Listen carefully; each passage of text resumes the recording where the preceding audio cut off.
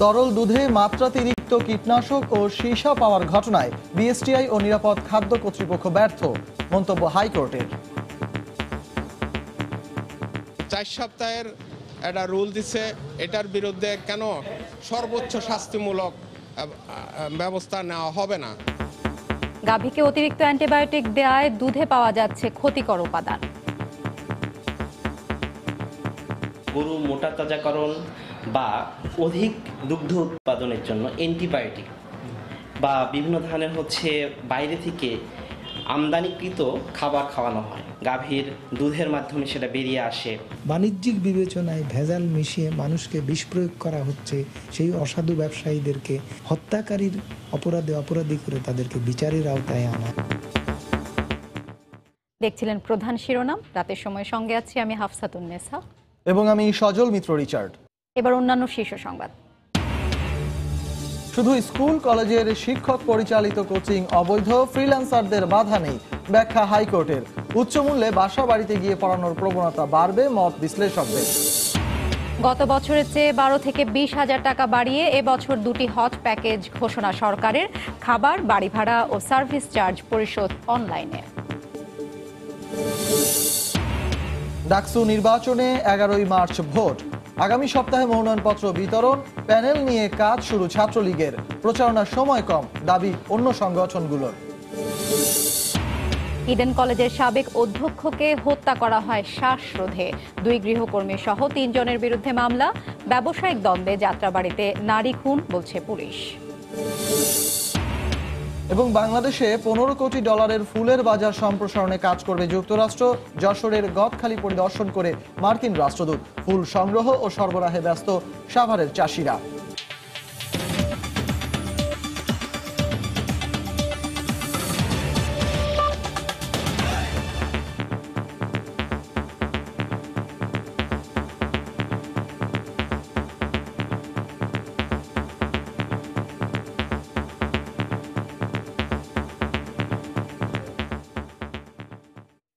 বাজারে গাভীর তরল এবং প্রক্রিয়াজাতকরণ দুধ পরীক্ষা করে 2 সপ্তাহের মধ্যে রিপোর্ট দেওয়ার নির্দেশ দিয়েছেন উচ্চ আদালত। দুধে মাত্রাতিরিক্ত সীসা, কীটনাশক এবং অ্যান্টিবায়োটিক রয়েছে, যা মানব স্বাস্থ্যের জন্য মারাত্মক ক্ষতিকর। ন্যাশনাল ফুড সেফটি ল্যাবরেটরির এমন প্রতিবেদন আমলে নিয়ে এ নির্দেশ দেন আদালত। খাদ্যে ভেজাল মেশানোকে দুর্নীতি উল্লেখ করে আদালত বলেন, নিরাপদ খাদ্য কর্তৃপক্ষ এবং বিএসটিআই ব্যর্থ হয়েছে। সরকারি প্রতিষ্ঠান ন্যাশনাল ফুড সেফটি ল্যাবরেটরির এক গবেষণায় উঠে এসেছে, গাভীর তরল দুধ এবং প্রক্রিয়াজাতকরণ দুধে মাত্রাতিরিক্ত সীসা, কীটনাশক এবং অণুজীব রয়েছে, যা মানব স্বাস্থ্যের জন্য দীর্ঘমেয়াদে মারাত্মক ক্ষতিকারক। দেশের বিভিন্ন স্থান থেকে গাভীর দুধের 96টি নমুনা সংগ্রহ করে এই গবেষণা প্রতিবেদন তৈরি করা হয়। দৈনন্দিন খাদ্য তালিকায় থাকা সুষম খাদ্য দুধ নিয়ে NFSL এর এই রিপোর্ট গণমাধ্যমে আসার পর বিস্ময় প্রকাশ করেন উচ্চ আদালত। আদালত বলেন, সরকারি রিপোর্টে এমন ভয়াবহ তথ্যের পরও নিরাপদ খাদ্য নিশ্চিতে কর্তৃপক্ষ ব্যর্থ হয়েছে। খাদ্যে ভেজাল দিয়াকে দুর্নীতির সঙ্গেও তুলনা করেন উচ্চ আদালত। কোর্ট অ্যাকচুয়ালি উদ্বেগ করেছে যে সবকিছুই তো মানুষের স্বাস্থ্যের উপর নির্ভর করে, তাই আর বিশেষ করে দুধ বাচ্চারা খায়, বয়স্ক মানুষরা খায়, সবাই খায়। সেটাই যদি এত ভেজাল হয় এবং এত মানুষকে সাইলেন্টলি কিলিং করার জন্য হয়, তাহলে কর্তৃপক্ষের কি ফাংশন? আদালত নির্দেশ দেন, ঢাকা সহ কয়েকটি জেলায় দুধ, দই এবং গোখাদ্য পরীক্ষা করে 2 সপ্তাহের মধ্যে প্রতিবেদন দাখিলের। দুধে ভেজাল দেওয়ার সঙ্গে জড়িতদের কেন সর্বোচ্চ শাস্তি দেওয়া হবে না, তাও জানতে চান আদালত। নিরাপদ খাদ্য আইনের যে কর্তৃপক্ষের যে চেয়ারম্যান এবং খাদ্য সচিব, স্বাস্থ্য সচিব, মৎস্য সচিব এবং আইন সচিব সবাইকে কারণ দর্শানোর জন্য বলেছে এবং 15 দিনের মধ্যে এটার রিপোর্ট জমা দিতে বলছে এবং 4 সপ্তাহের একটা রুল দিছে, এটার বিরুদ্ধে কেন সর্বোচ্চ শাস্তিমূলক ব্যবস্থা নেওয়া হবে না। এর আগে গত বছর বাজারে পাস্তুরিত দুধের 75% স্বাস্থ্যের জন্য ক্ষতিকারক বলে রিপোর্ট দিয়েছিল ICDDRB। তা নিয়েও উচ্চ আদালত রুল জারি করেছিলেন, কিন্তু এখনো রুল নিষ্পত্তি হয়নি। আফজাল হোসেন, সময় সংবাদ, ঢাকা। এদিকে গাভীকে অতিরিক্ত অ্যান্টিবায়োটিক দেয়া ও আমদানিকৃত গোখাদ্য পরীক্ষা না করে খাওয়ানোর কারণে দুধ ও দুগ্ধজাত খাবারে ভয়াবহ মাত্রায় মিলছে সীসা, ক্রোমিয়াম ও কীটনাশকের উপস্থিতি। এমনটাই মনে করেন ফার্মাসিস্টরা। দুধে বিষ মিশিয়ে বাজারজাত করা, সরাসরি বিষ খাইয়ে কাউকে হত্যার শামিল বলে মন্তব্য করেছে ভোক্তা অধিকার সংস্থা ক্যাব। রোববার মহাখালী জনস্বাস্থ্য ইনস্টিটিউটে দুধের বিশুদ্ধতা রিপোর্ট প্রকাশ করে ন্যাশনাল ফুড সেফটি ল্যাবরেটরি। এতে বলা হয়, দুধ, দই ও প্যাকেটজাত দুধে পাওয়া যায় সীসা, ক্রোমিয়াম সহ মরণব্যাধি, ক্যান্সারের উপকরণ। এই ধরনের গবেষণা আমলে নিতে চান ফার্মাসিস্টরা। তাদের দাবি, গাভীর খাবারে অ্যান্টিবায়োটিক দেওয়ার কারণে এ ধরনের কীটনাশক যেমন আসতে পারে, তেমনি বাজারজাত করার আগেও বিষ প্রয়োগ হয়ে থাকতে পারে।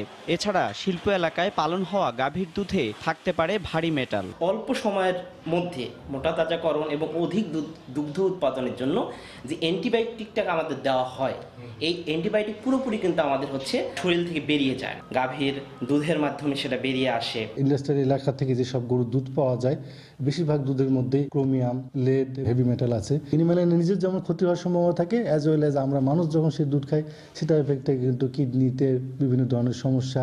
দুধ ও প্যাকেটজাত দুধে বিষ প্রয়োগকারীদের বিরুদ্ধে হত্যার অভিযোগ এনে দৃষ্টান্তমূলক শাস্তি দিতে হবে। প্রশাসনিক যোগসাজশের কারণে এমন হচ্ছে বলে মনে করেন ভোক্তা অধিকার সংস্থা ক্যাব। খাদ্যে বা দুধে বা মাংসে এই যে বাণিজ্যিক বিবেচনায় ভেজাল মিশিয়ে মানুষকে বিষ প্রয়োগ করা হচ্ছে এবং তা থেকে এক শ্রেণীর মানুষ লাভবান হচ্ছে, সেই অসাধু ব্যবসায়ীদেরকে ঠিক হত্যাকারীর অপরাধী করে তাদেরকে বিচারের আওতায় আনা এবং তাদেরকে দৃষ্টান্তমূলক শাস্তি দিয়ে দৃষ্টান্ত বা নজির স্থাপন করা এখন জরুরি হয়ে পড়েছে। দেশে গাভীর খোলা দুধে 96%, প্যাকেটজাতে 66 থেকে 80%, অণুজীব সহ বিভিন্ন ধরনের রাসায়নিক উপাদান পাওয়া যাচ্ছে বলে রিপোর্টে বলা হয়। এমআর আমিন, সময় সংবাদ, ঢাকা। অন্য প্রসঙ্গ, শুধু সরকারি বেসরকারি শিক্ষা প্রতিষ্ঠানের শিক্ষকরাই কোচিং করাতে পারবেন না। এর বাইরে কোচিং করানোর ক্ষেত্রে কোনো বাধা নেই। কোচিং বাণিজ্য বন্ধের রায় নিয়ে বিভ্রান্তি সৃষ্টি হওয়ায় উচ্চ আদালত আজ একথা বলেন। এদিকে শিক্ষাবিদরা বলছেন, শিক্ষা প্রতিষ্ঠানে শিক্ষার মান উন্নয়নের দিকে নজর না দিলে নতুন কৌশলে এ বাণিজ্য আবারও শুরু হবে। আফজাল হোসেনের আরও একটি রিপোর্ট। কোচিং বাণিজ্য বন্ধে 2012 সালে নীতিমালা করে সরকার। এই নীতিমালার আলোকে সরকারি বেসরকারি শিক্ষা প্রতিষ্ঠানের শিক্ষকদের কোচিং বাণিজ্যের পথ বন্ধ হয়। গত 7 ফেব্রুয়ারি সরকারের নীতিমালা বৈধ ঘোষণা করে রায় দেন উচ্চ আদালত। এ রায়ের পর বিভ্রান্তি সৃষ্টি হয় শিক্ষা প্রতিষ্ঠানের বাইরে বাণিজ্যিকভাবে চলা কোচিং বৈধ কিনা। সোমবার উচ্চ আদালত বলেন, সরকারের নীতিমালার বাইরে হওয়ায় এ ধরনের কোচিং চালাতে কোনো বাধা নেই। নীতিমালাতে যেসব শিক্ষা প্রতিষ্ঠানের কথা বলা আছে, যেমন হলো স্কুল, কলেজ, মাদ্রাসা, কারিগরি প্রতিষ্ঠান এবং কোচিং বাণিজ্যের যেটা ডেফিনিশন, ওইটা শিক্ষা প্রতিষ্ঠানের জন্য শুধু অ্যাপ্লিকেবল। এর বাইরে যারা আছে, যেমন মনে করেন যারা ফ্রিল্যান্সার, ওদের জন্য কোনো নাই, এটা অবৈধ না, ওরা কাজ করতে পারবে। শিক্ষাবিদদের আশঙ্কা, স্কুল কলেজে শিক্ষার গুণগত মান উন্নয়ন করা না গেলে উচ্চ মূল্যে বাসা বাড়িতে গিয়ে শুরু হবে শিক্ষা বাণিজ্য। আমরা যদি কোচিংকে বারণ করি, তাহলে যোগ্য মানুষ বাসায় বাসায় যেয়ে পড়াবে। আমরা সেগুলো ধরতে পারবো না, কিংবা এর পেছনে যে পরিমাণ বিনিয়োগ আমাদের করতে হবে সেটা করতে পারবো না। আমার মনে হয় যে একটি সমস্যা সমাধানের জন্য আমাদের জাতীয় জীবনের, সামাজিক জীবনের নানা ক্ষেত্রে নানা সমস্যা হোক, সেটা আমরা চাই না। যদিও কোচিং বাণিজ্য বন্ধে সরকারি নীতিমালাতেও কর্তৃপক্ষের অনুমতি সাপেক্ষে সরকারি বেসরকারি প্রতিষ্ঠানের শিক্ষকদের টাকার বিনিময়ে 10 জন শিক্ষার্থী পড়ানোর সুযোগ দেওয়া হয়েছে। আফজাল হোসেন, সময় সংবাদ, ঢাকা। এদিকে হাইকোর্টের নির্দেশ ও শিক্ষা মন্ত্রণালয়ের নিষেধাজ্ঞা অমান্য করে এখনো রাজধানীতে চলছে কোচিং বাণিজ্য। আজ বেশ কয়েকটি কোচিং সেন্টারে ক্লাস নেওয়ার সময় হাতে নাতে ধরে র্যাব। এ সময় নির্দেশ অমান্য করে কোচিং চালানোয় 8টি কোচিং সেন্টার সিলগালা ও জরিমানা করেন ভ্রাম্যমাণ আদালত। কোচিংয়ের নামটাই লেখা হয়েছে ভুল বানানে, কিন্তু তারাই দিচ্ছেন A+-এর নিশ্চয়তা। এমন বেশ কয়েকটি কোচিংকে শিক্ষার্থী পড়ানো অবস্থায় হাতে নাতে ধরে ফেলে র্যাব। কথা ছিল এসএসসি পরীক্ষার সময় বন্ধ থাকবে সকল কোচিং সেন্টার, কিন্তু বাস্তবতা ভিন্ন। যাত্রাবাড়ি, শনিরেখা সহ বেশ কয়েকটি এলাকায় অভিযানের নামে র্যাব। এ সময় স্কুলের শিক্ষককেও পাওয়া যায় কোচিং করানো অবস্থায়। যদিও আত্মপক্ষ সমর্থনে নানা বক্তব্য দেয় কোচিং পরিচালনাকারীরা। ছোট ক্লাসগুলো চালাইতে পারো, কিন্তু এসএসসির সময় এসএসসি, জেএসসির সময় জেএসসি বা এইচএসসির সময় এইচএসসি ব্যাচগুলো, এই ব্যাচগুলো মানে অফ করে দেবা, এগুলো অন রাখবো না পরীক্ষার সময়। এই জাস্ট এটা রেফটেন থেকে আসছিল সম্ভবত, ওরকম অফিসিয়ালি তো আর কেউ বলে না, জাস্ট যারা আসছিল তারা বলছে হ্যাঁ তোমরা ছোট ক্লাস পড়াইতে পারো কিন্তু বড় ক্লাস তো পড়াইতে পারো না, এরকম বলছে। কে বলছে এটা? স্যার নাকি আপনি আপনাকে বাঁচানোর জন্য না কিছু না বলছেন? বাঁচানোর জন্য না। অভিযানকে সাধুবাদ জানিয়েছে অভিভাবকরা।